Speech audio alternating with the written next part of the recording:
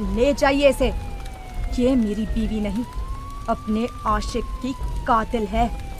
ऋषभ की आवाज बिजली की कड़क के साथ गूंजी। अवनी के हाथों की हथकड़ियां उसकी नाजुक कलाई में चुभ रही थी। वो सुन्न थी। पुलिस वाले उसे बाह से पकड़कर जीप की ओर खींच रहे थे। बारिश का पानी उसके चेहरे पर गिर रहा था, लेकिन उसके आंसू सूख चुके थे। सामने सफेद चादर से ढकी हुई विवान की लाश को एम्बुलेंस में रखा जा रहा था। खून के लाल धब्बे बारिश में धुल रहे थे। अवनी ने कांपती आंखों से ऋषभ को देखा। वो बारिश में पूरी तरह भीग चुका था। उसकी वो सफेद कमीज, जिसे अवनी रोज सलीके से प्रेस करती थी, आज मैली हो चुकी थी। ऋषभ की आंखों में नफरत की एक ऐसी आग थी जो अवनी ने कभी नहीं देखी थी। ऋषभ, कम से कम एक बार मेरी बात तो सुन लो। मैंने खून नहीं किया। अवनी की आवाज बारिश के शोर में दब गई। तुमने खून किया है अवनी। तुमने सिर्फ उस इंसान का नहीं, मेरे भरोसे का, हमारे घर की मर्यादा का और मेरी उस ईमानदारी का भी खून किया है जिसका मजाक तुम रोज उड़ाती थी। शर्म आती है मुझे कि मैंने तुम्हारे जैसा जीवन साथी चुना, जिस औरत को अपनी लालच और अपनी हसरतों के आगे पति की इज्जत नजर न आए, उसकी जगह सिर्फ सलाखों के पीछे है। ऋषभ ने नफरत से अपना चेहरा मोड़ा और जीप का दरवाजा धड़ाम से बंद हो गया। अवनी ने खिड़की के कांच पर अपना सिर टिका दिया। जैसे जैसे जीप आगे बढ़ी, सायरन की आवाज धुंधली होती गई और अवनी के जहन में वो दिन तैरने लगे जब वो पहली बार इस शहर, इस घर में आई थी। कानपुर की वो उमस भरी शाम और पीडब्ल्यूडी विभाग का वो पुराना बदरंग सरकारी क्वार्टर। अवनी जब दुल्हन बनकर आई थी तो उसने सोचा था कि अफसर की बीवी बनकर वो राज करेगी, लेकिन हकीकत उन 2 कमरों के मकान की तरह ही फीकी थी। उस दिन अवनी की पहली रसोई थी। वो रेशमी साड़ी पहनकर गहनों से लदकर रसोई में खड़ी थी। गर्मी इतनी थी कि पसीना उसकी पीठ से रिस रहा था। रसोई का छोटा सा पंखा बस गर्म हवा फेंक रहा था। बाहर ऋषभ के पुराने बजाज स्कूटर के रुकने की आवाज आई। ऋषभ अंदर आया, हेलमेट उतारकर मेज पर रखा और पसीना पोंछते हुए बोला, अवनी, बहुत अच्छी खुशबू आ रही है। क्या बनाया है? अवनी ने बड़े चाव से खीर और पूड़ियां सजाकर मेज पर रखी। ऋषभ, रसोई में बहुत गर्मी है। वो सामने वाली खन्ना आंटी बता रही थी कि उनके पति ने नया स्प्लिट एसी लगवाया है।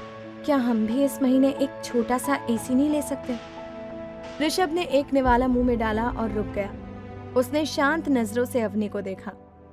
अवनी, अभी शादी में बहुत खर्चा हुआ है और मेरा सिद्धांत है उतने ही पैर पसारो जितनी चादर हो। एसी का बिल और उसकी किश्त हमारे बजट को बिगाड़ देगी। अभी कूलर से काम चला लो, अगले साल देखेंगे।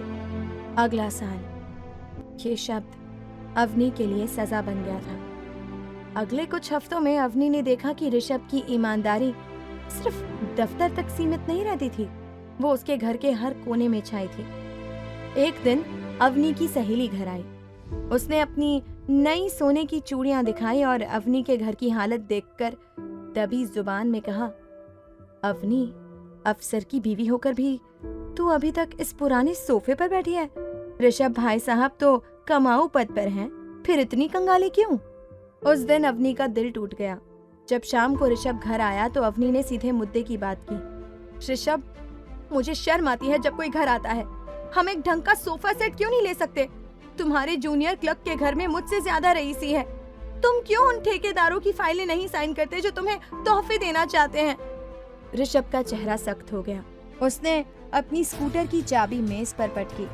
अवनी, वो तोहफे नहीं, रिश्वत है और मेरी मेज पर रखी हर फाइल पर किसी गरीब की उम्मीद होती है। मैं अपनी आत्मा बेचकर सोफा नहीं खरीद सकता। अगर तुम्हें मेरे साथ रहना है तो इसी ईमानदारी की रोटी में खुश रहना सीखना होगा। खुशी? ये खुशी नहीं, घुटन है ऋषभ। अवनी चीख पड़ी। तुम्हारी इस सूखी ईमानदारी ने मेरे सारे गीले सपनों को मार दिया है। अवनी गुस्से में बालकनी में जाकर खड़ी हो गई। उसकी आंखों में आंसू थे और मन में विद्रोह। तभी सामने वाले वीरान पड़े फ्लैट के पास एक हलचल हुई। एक काली चमचमाती लग्जरी कार वहां आकर रुकी। कार का दरवाजा खुला और उसमें से विवान बाहर निकला। उसकी सफेद लिनन की शर्ट, आंखों पर महंगा चश्मा और कलाई पर चमकती सोने की घड़ी। विवान ने रुककर अपनी चाबियां घुमाई और उसकी नजर सीधे बालकनी पर खड़ी अवनी पर पड़ी। विवान ने नजरें नहीं हटाई। उसकी आंखों में एक ऐसी चमक थी जो अवनी की गरीबी का मजाक उड़ा रही थी और उसे एक नई दुनिया का न्योता दे रही थी। अवनी ने पहली बार नजरें नहीं झुकाई। उसने विवान के उस रईस अंदाज को अपने अंदर उतार लिया। ऋषभ अंदर कमरे में हिसाब की डायरी लेकर बैठा था और बाहर बालकनी में अवनी विवान के उस सुनहरे साए को देख रही थी। उसे लग रहा था कि उसकी अंधेरी जिंदगी में शायद कोई रोशनी आने वाली है। विवान ने अपनी कार लॉक की और एक हल्की सी मुस्कान अवनी की तरफ उछाली। अवनी के दिल की धड़कनें तेज हो गई। तभी पीछे से ऋषभ की आवाज आई, अवनी अंदर आओ, हवा तेज चल रही है, बारिश हो सकती है। अवनी ने पीछे मुड़कर ऋषभ के उस पसीने से भीगे हुए चेहरे को देखा और फिर सामने खड़े उस चमकते हुए विवान को। उसने ऋषभ को कोई जवाब नहीं दिया, बस एक गहरी सांस ली। उसे नहीं पता था कि ये बारिश नहीं, उसके जीवन में आने वाला वो तूफान है जो सब कुछ बहा ले जाएगा।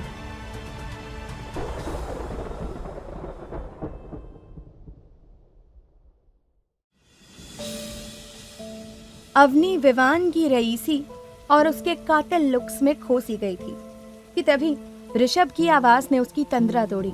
अवनी ने पीछे मुड़कर ऋषभ के उस पसीने से भीगे हुए चेहरे को देखा और फिर सामने खड़े उस चमकते हुए विवान को।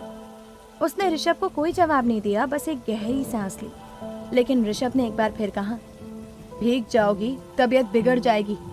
ऋषभ की इस बात ने अवनी को अपनी शादी, अपने पति के लिए जीने मरने की कसमों की याद दिला दी और उसने उस खूबसूरत पल को किसी गुमनाम सपने की तरह दिमाग के किसी गहरे कोने में छिपा दिया। इधर रात का सन्नाटा अवनी की सोच से भी गहरा था। कमरे में पुराने कूलर की घरघराहट के बीच ऋषभ की गहरी सांसों की आवाज आ रही थी। अवनी की नजरें छत के उस कोने पर टिकी थी जहां से सीलन का एक काला धब्बा धीरे धीरे बड़ा हो रहा था। आज शाम जब उसने विवान को अपनी बालकनी से देखा था तो विवान की आंखों में एक अजीब सा ठहराव था, जैसे वो अवनी की पूरी गरीबी को एक ही नजर में पड़ गया हो। अवनी ने अपना सर झटक दिया। नहीं अवनी, ये सब सोचना पाप है। तू एक अफसर की बीवी है, उसने खुद को फुसफुसाकर समझाया। उसने करवट बदली और मजबूती से आंखें बंद कर ली, मानो नींद में अपनी उन हसरतों को दफन करना चाहती हो। सुबह की शुरुआत फिर उसी आपाधापी से हुई। ऋषभ अपने स्कूटर के पास खड़ा उसे स्टार्ट करने की नाकाम कोशिश कर रहा था। अवनी, जरा हाथ लगाना, पीछे से थोड़ा धक्का दो तो शायद स्टार्ट हो जाए, ऋषभ ने पसीने पोंछते हुए कहा। अवनी रसोई से बाहर आई। उसने देखा कि पड़ोस के घरों के लोग दफ्तर निकल रहे हैं। सब उसे देख रहे थे। उसे अफसोस हुआ कि उसे एक PWD ऑफिसर की पत्नी होकर बीच सड़क पर स्कूटर को धक्का देना पड़ रहा है। ऋषभ, इसे मैकेनिक को क्यों नहीं दिखा देते? रोज रोज का तमाशा हो गया है ये, अवनी ने चिढ़ते हुए कहा। अरे छोटा सा काम है, अभी हो जाएगा, फालतू में मैकेनिक को 200 रुपए क्यों देना? ऋषभ ने फिर से किक मारी। तभी विवान की काली SUV खामोशी से उनके पास आकर रुकी। विवान ने चश्मा नीचे किया और ऋषभ को देखकर कहा, मिस्टर ऋषभ, आपकी सवारी आज फिर साथ नहीं दे रही? आइए, मैं आपको ड्रॉप कर देता हूँ। अवनी को लगा जैसे विवान की ये हमदर्दी उसके जख्मों पर नमक छिड़क रही हो। ऋषभ ने स्वाभिमान के साथ मना कर दिया, नहीं जी शुक्रिया, बस होने ही वाला है। विवान ने एक पल के लिए अवनी की आंखों में झांका। उस नजर में एक चुनौती थी। कब तक इस गरीबी को ढोगी? विवान बिना कुछ बोले आगे बढ़ गया। अवनी ने महसूस किया कि उसका चेहरा शर्म से लाल हो चुका है। दोपहर में अवनी पास के एक मॉल में घर का राशन लेने गई। वहां उसकी मुलाकात उसकी पुरानी क्लासमेट अंजलि से हो गई। अंजलि ने चमकते हुए कपड़े पहने थे और उसके हाथों में बड़े ब्रांड्स के शॉपिंग बैग्स थे। अरे अवनी, तू यहाँ? और ये क्या पहना है तूने? इतनी पुरानी साड़ी। ऋषभ भाई साहब तो बड़े अफसर है ना, तो फिर ये हाल क्यों? अंजलि ने जैसे अवनी के कलेजे पर वार किया। अवनी ने हकबकाते हुए कहा, नहीं, वो दरअसल मुझे ये साड़ी पसंद है, इसलिए। अरे छोड़ ना, चल उस दुकान पर चलते हैं, वहाँ बहुत अच्छी सेल लगी है। अंजलि उसे खींचकर एक महंगे आउटलेट में ले गए। अवनी ने वहाँ एक सैंडल की कीमत देखी 7,000 रुपए। उसने चुपचाप अपना हाथ पीछे खींच लिया। उसके पर्स में सिर्फ 2,000 रुपए थे, जो पूरे हफ्ते का राशन और दूध का हिसाब था। अवनी वहाँ से लगभग भागती हुई बाहर निकली। उसे लग रहा था जैसे पूरा मॉल उसका मजाक उड़ा रहा है। रिक्शे का इंतजार करते वक्त उसने देखा कि विवान की गाड़ी वहीं पार्किंग में खड़ी थी। विवान खुद वहां से बाहर निकल रहा था। उसने अवनी को खाली हाथ और परेशान हालत में देखा, लेकिन अवनी ने तुरंत अपना चेहरा दूसरी तरफ घुमा लिया। वो नहीं चाहती थी कि विवान उसकी बेबसी देखे। शाम को जब ऋषभ घर लौटा तो वो अपने साथ एक छोटा सा डिब्बा लाया था। अवनी को लगा शायद वो उसके लिए कुछ लाया है। अवनी, देखो दफ्तर के पास एक सेल लगी थी, वहां से ये प्लास्टिक के डिब्बे लाया हूँ। अब तुम्हें रसोई में सामान रखने में आसानी होगी, ऋषभ ने खुशी से कहा। अवनी ने उन सस्ते प्लास्टिक के डिब्बों को देखा और उसका गुस्सा फूट पड़ा। डिब्बे? ऋषभ, मैं तुम्हें मॉल की बातें बता रही हूँ, मैं अपनी बेइज्जती की बातें बता रही हूँ, और तुम मेरे लिए ये प्लास्टिक के डिब्बे लाए हो। तुम्हारी ईमानदारी ने मुझे कहीं का नहीं छोड़ा। लोग हंसते हैं मुझ पर। अवनी, लोग क्या कहते हैं उससे क्या फर्क पड़ता है? हम किसी का उधार तो नहीं खा रहे हैं ना? ऋषभ ने शांत रहने की कोशिश की। फर्क पड़ता है ऋषभ, मुझे फर्क पड़ता है। मैं एक अफसर की पत्नी की तरह जीना चाहती हूँ, किसी भिखारी की तरह नहीं जो एक एक पैसे का हिसाब रखे। अवनी ने डिब्बे जमीन पर पटक दिए और कमरे में जाकर दरवाजा बंद कर लिया। रात को अवनी बालकनी में खड़ी ठंडी हवा के झोंकों का इंतजार कर रही थी। उसका मन भारी था। तभी उसके फोन की घंटी बजी। एक अनजान नंबर से मैसेज था। अवनी ने कांपते हाथों से मैसेज खोला। उसमें लिखा था, हर चमकती हुई चीज सोना नहीं होती, लेकिन हर कीमती चीज मिट्टी में रहने के लिए भी नहीं बनी होती। जो सैंडल आपको मॉल में पसंद आई थी, वो अब आपके खूबसूरत पैरों के लिए है। अवनी का दिल जोर से धड़का। उसने नीचे देखा। अंधेरे में विवान के फ्लैट की लाइट जल रही थी। वो बालकनी में खड़ा था और सीधे अवनी की तरफ देख रहा था। अवनी ने मन ही मन सोचा, इसे कैसे पता चला कि मुझे वो सैंडल पसंद आई थी? क्या ये मेरा पीछा कर रहा था? उसने फोन बंद किया और अंदर आ गए। ऋषभ सो चुका था। अवनी ने बिस्तर पर लेटकर अपनी पुरानी चादर को देखा और फिर उस मैसेज के बारे में सोचने लगी। उसने खुद से वादा किया कि वो इस मैसेज का जवाब नहीं देगी, लेकिन विवान का वो चेहरा और उसकी रईसी अब अवनी के दिमाग में घर करने लगी थी। अवनी ने ऋषभ की तरफ पीठ फेर ली। आज पहली बार उसे ऋषभ की ईमानदारी पर गर्व नहीं बल्कि गुस्सा आ रहा था। उसे लग रहा था कि ऋषभ ही उसके और उसकी खुशियों के बीच सबसे बड़ी दीवार है।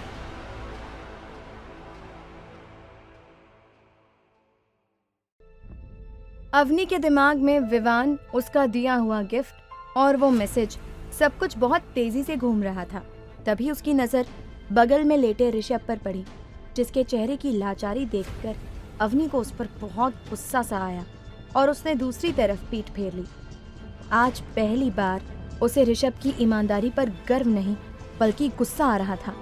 उसे लग रहा था कि ऋषभ ही उसके और उसकी खुशियों के बीच सबसे बड़ी दीवार है। ये सोचते हुए वो सो चुकी थी। अगली सुबह रोज की तरह अवनी रसोई में खड़ी थी। पसीने की एक बूंद उसके माथे पर टपककर सीधे गर्म तवे पर गिरी और छन की आवाज के साथ गायब हो गई, बिल्कुल अवनी की ख्वाहिशों की तरह। उसने खिड़की से बाहर झांका। विवान अपने कुत्ते के साथ लॉन में टहल रहा था। उसने एक काले रंग की सिल्क की टी शर्ट पहन रखी थी जो रोशनी में चमक रही थी। अवनी ने तुरंत नजरें फेर ली। उसका दिल जोर से धड़का। नहीं अवनी, ऋषभ तुझे प्यार करता है, वो जैसा भी है तेरा है, उसने खुद को दिलासा दिलाया। लेकिन तभी उसकी नजर अपनी उन चूड़ियों पर पड़ी जो अब काली पड़ने लगी थी। प्यार तो था, पर क्या सिर्फ प्यार से पेट और मन भरता है? शाम का वक्त था। ऋषभ ऑफिस से लौटा तो उसके चेहरे पर थकान के बावजूद एक चमक थी।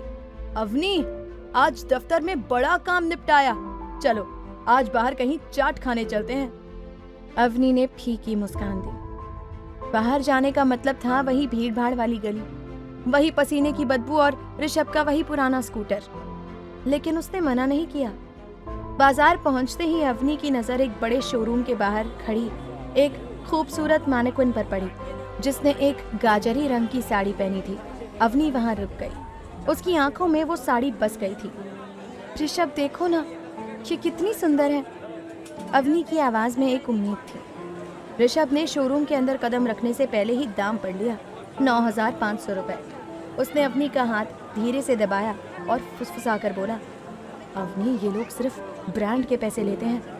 चलो मैं तुम्हें पीछे वाली गली की दुकान में ले चलता हूँ, वहाँ ऐसी ही साड़ी आधे दाम में मिल जाएगी। अवनी का दिल बैठ गया। ऋषभ, बात सिर्फ दाम की नहीं है, कभी तो मुझे ऐसा महसूस कराओ कि मैं एक अफसर की पत्नी हूँ। मैं तुम्हें सच की जमीन पर रखना चाहता हूँ अवनी, दिखावे के आसमान पर नहीं। चलो अब, वहाँ की टिक्की बहुत मशहूर है। ऋषभ उसे खींच कर ले गया। अवनी ने चाट तो खाई, लेकिन उसका स्वाद उसे कड़वा लग रहा था। वो ऋषभ की हर बात पर चिढ़ रही थी। ऋषभ ने दुकानदार से 2 रुपये के छुट्टे के लिए बहस की। अवनी को लगा जैसे वो जमीन में धंस जाए। उसे अपनी बेइज्जती महसूस हो रही थी। घर लौटकर अवनी चुपचाप कमरे में चली गई। ऋषभ को एहसास हुआ कि उसने अवनी का दिल दुखाया है। उसने पास आकर अवनी के कंधे पर हाथ रखा। अवनी ने उसे झटकना चाहा, पर ऋषभ की आंखों में एक अलग तरह की नरमी थी। अवनी, मैं जानता हूं कि मैं तुम्हें वो सब नहीं दे पा रहा जो तुम चाहती हो, पर यकीन मानो, मैं तुम्हारे लिए ही जी रहा हूं। ये ईमानदारी ही है जिसने मुझे आज तक तुम्हारे सामने नजरें मिलाने के काबिल रखा है। ऋषभ ने उसे गले लगा लिया। अवनी की आंखों से आंसू निकल पड़े। नफरत और गुस्से के बावजूद ऋषभ का स्पर्श उसे सुकून दे रहा था। ऋषभ ने धीरे से अवनी के चेहरे को अपने हाथों में लिया। उसके अंगूठे अवनी के होठों को सहलाने लगे। अवनी ने अपनी आंखें मूंद ली। ऋषभ ने झुककर अवनी के होठों पर अपने होंठ रख दिए। अवनी ने अपनी बाहें ऋषभ के गले में डाल दी। ऋषभ के हाथ अवनी की कमर पर कसे और उसने धीरे से उसकी साड़ी का पल्लू कंधे से सरका दिया। उस रात पुराने पंखे की आवाज के बीच दोनों एक दूसरे के करीब आए। अवनी ने अपनी सारी कड़वाहट को ऋषभ की बाहों में भूलने की कोशिश की। उस पल में वो सिर्फ ऋषभ की अवनी थी, उस अफसर की पत्नी जिसे दुनिया की चमक धमक से कोई मतलब नहीं था। अगली सुबह जब अवनी जागी तो ऋषभ ऑफिस जा चुका था। बिस्तर के बगल वाली मेज पर एक छोटा सा नोट था। आज तुम बहुत खूबसूरत लग रही थी सोते हुए, शाम को जल्दी आऊंगा। अवनी के चेहरे पर एक अजीब सी शांति थी। उसे लगा शायद उसे ऋषभ के साथ ही खुश रहना सीख लेना चाहिए। तभी दरवाजे की घंटी बजी। अवनी ने दरवाजा खोला तो सामने एक कुरियर वाला खड़ा था। अवनी जी, आपका पार्सल। अवनी ने संकोच के साथ बॉक्स लिया। बॉक्स पर किसी का नाम नहीं था। जैसे ही उसने कमरे में जाकर उसे खोला, उसकी चीख निकलते निकलते रह गई।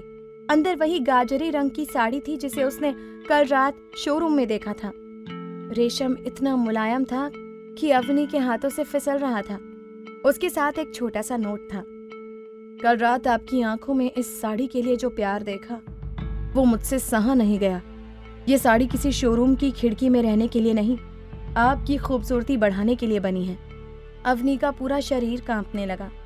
कल रात वो ऋषभ के करीब थी और आज सुबह विवान का ये दूसरा तोहफा उसके हाथ में था। उसे समझ नहीं आ रहा था कि वो खुश हो या डरे। उसने साड़ी की खुशबू ली। उसमें महंगे परफ्यूम की महक थी। अवनी साड़ी को अलमारी में छिपाने ही वाली थी कि अचानक उसे बाहर स्कूटर की आवाज सुनाई दी। ऋषभ वापस आ गया था। शायद वो अपनी फाइल घर भूल गया था। अवनी घबरा गई। उसने जल्दी से साड़ी को बिस्तर की चादर के नीचे छिपाया। ऋषभ कमरे में दाखिल हुआ। अवनी, वो नीली वाली फाइल। अरे, तुम इतनी परेशान क्यों लग रही हो? और ये कमरे में कैसी खुशबू है? उसने कमरे में फैली उस अजनबी परफ्यूम की खुशबू को महसूस किया। उसकी नजर चादर से बाहर झांकती उस महंगी साड़ी पर पड़ी। ऋषभ के कदम ठिठक गए। उसने साड़ी को बाहर निकाला। अवनी की सांसें अटक गई। उसे लगा आज सब खत्म हो जाएगा। ऋषभ ने साड़ी को हाथ में ले लिया। उसे गौर से देखा और फिर अवनी की तरफ मुड़ा। अवनी की आंखों में डर के आंसू थे। अवनी, ये साड़ी? ऋषभ की आवाज धीमी थी। ऋषभ, वो मेरी माँ ने भेजा है। सुबह ही कुरियर आया था। अवनी ने अपनी जिंदगी का सबसे बड़ा झूठ बोला। उसके पैर कांप रहे थे। ऋषभ ने अवनी की आंखों में देखा। वो अवनी की मासूमियत का इतना कायल था कि उसने एक पल के लिए भी शक नहीं किया। उसे लगा शायद अवनी की माँ ने अपनी बेटी की हसरत पूरी कर दी। उसने साड़ी वापस मेज पर रख दी और अवनी को गले लगा लिया। मैं कितना बेवकूफ हूं ना अवनी। जो खुशी मुझे देनी चाहिए थी वो तुम्हारी माँ को देनी पड़ी। I am sorry. Avni Rishabh के सीने से लगी थी, लेकिन उसकी आंखें उस साड़ी पर टिकी थी। ऋषभ का अटूट भरोसा उसे अंदर ही अंदर काट रहा था। ऋषभ फाइल लेकर ऑफिस चला गया। अवनी कमरे में अकेली थी। तभी उसके फोन की स्क्रीन चमक उठी। अवनी ने कमरे का दरवाजा बंद किया और उस गाजरी साड़ी की तह खोलने लगी। प्यार ऋषभ का था, लेकिन साड़ी विवान की। और अवनी अब दोनों के बीच के उस अंधेरे रास्ते पर कदम रख चुकी थी जहां से वापसी मुमकिन नहीं थी।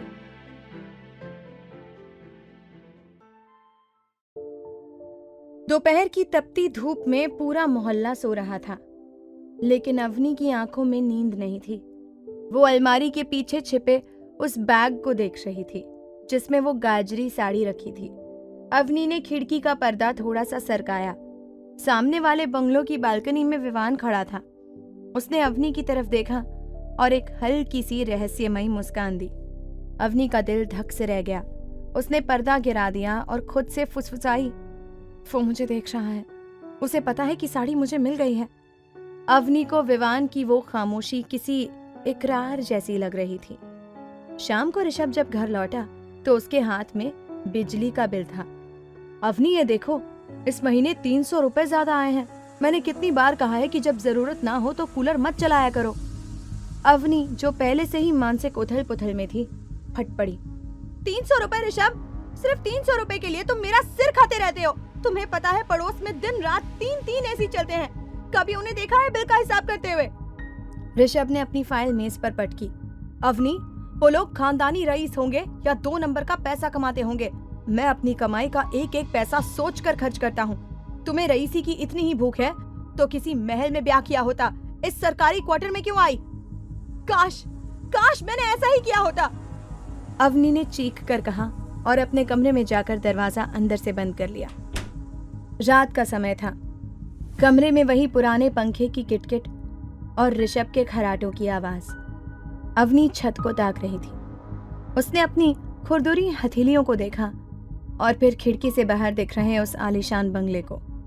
वहां की दूधिया रोशनी अवनी की आंखों में चुभ रही थी, पर वो चाहकर भी नजरें नहीं हटा पा रही थी। उसे लग रहा था कि उसकी जिंदगी इस सीलन भरे कमरे में दम तोड़ रही है। अगले दिन अवनी पास के डिपार्टमेंटल स्टोर में राशन का सामान ले रही थी। वो अपनी एक पुरानी साधारण सी साड़ी में थी। तभी स्टोर के बाहर विवान की कार रुकी। विवान अंदर आया।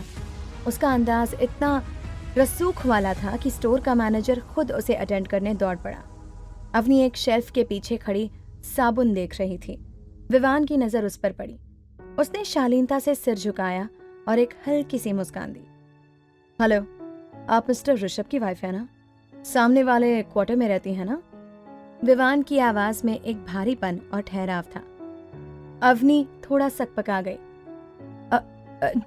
जी हाँ, मैं विवान हाल ही में सामने वाले बंगलों में शिफ्ट हुआ हूँ।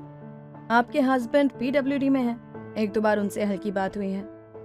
काफी ईमानदार और सीधे इंसान लगते हैं। विवान ने बड़ी सहजता से कहा।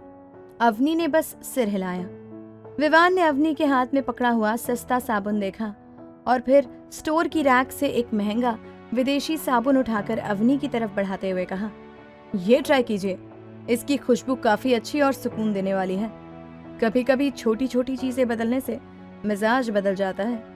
विवान ने ये बात बहुत ही नॉर्मल तरीके से कही थी, जैसे कोई पड़ोसी मशवरा देता है, पर अवनी के दिमाग में उस गाजरी साड़ी की बात घूम गई। उसे लगा विवान इशारों में कह रहा है कि उसे अपनी ये पुरानी सादगी बदल देनी चाहिए। शुक्रिया, अवनी ने धीमी आवाज में कहा। विवान एक जेंटलमैन की तरह वहां से निकल गया, पर अवनी का दिल जोर से धड़क रहा था।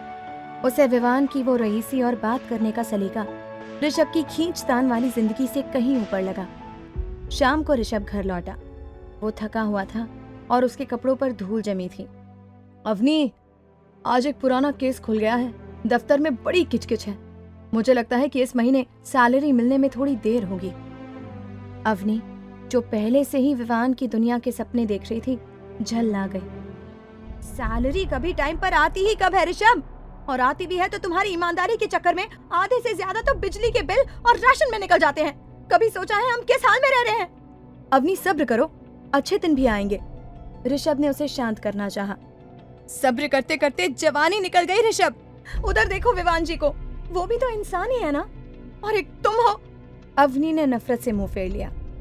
रात को ऋषभ ने अवनी को मनाने की कोशिश की। उसने प्यार से अवनी का हाथ पकड़ा। नाराज मत हो अवनी, मैं तुम्हारे लिए ही मेहनत कर रहा हूँ। ऋषभ ने अवनी को करीब खींच लिया। कमरे की मध्यम रोशनी में ऋषभ उसे चूमने लगा। अवनी ने विरोध नहीं किया, पर उसका मन कहीं और था। ऋषभ की पकड़ और उसके स्पर्श में अवनी को वो क्लास महसूस नहीं हो रहा था जो उसने विवान में देखी थी। ऋषभ अवनी के करीब आया।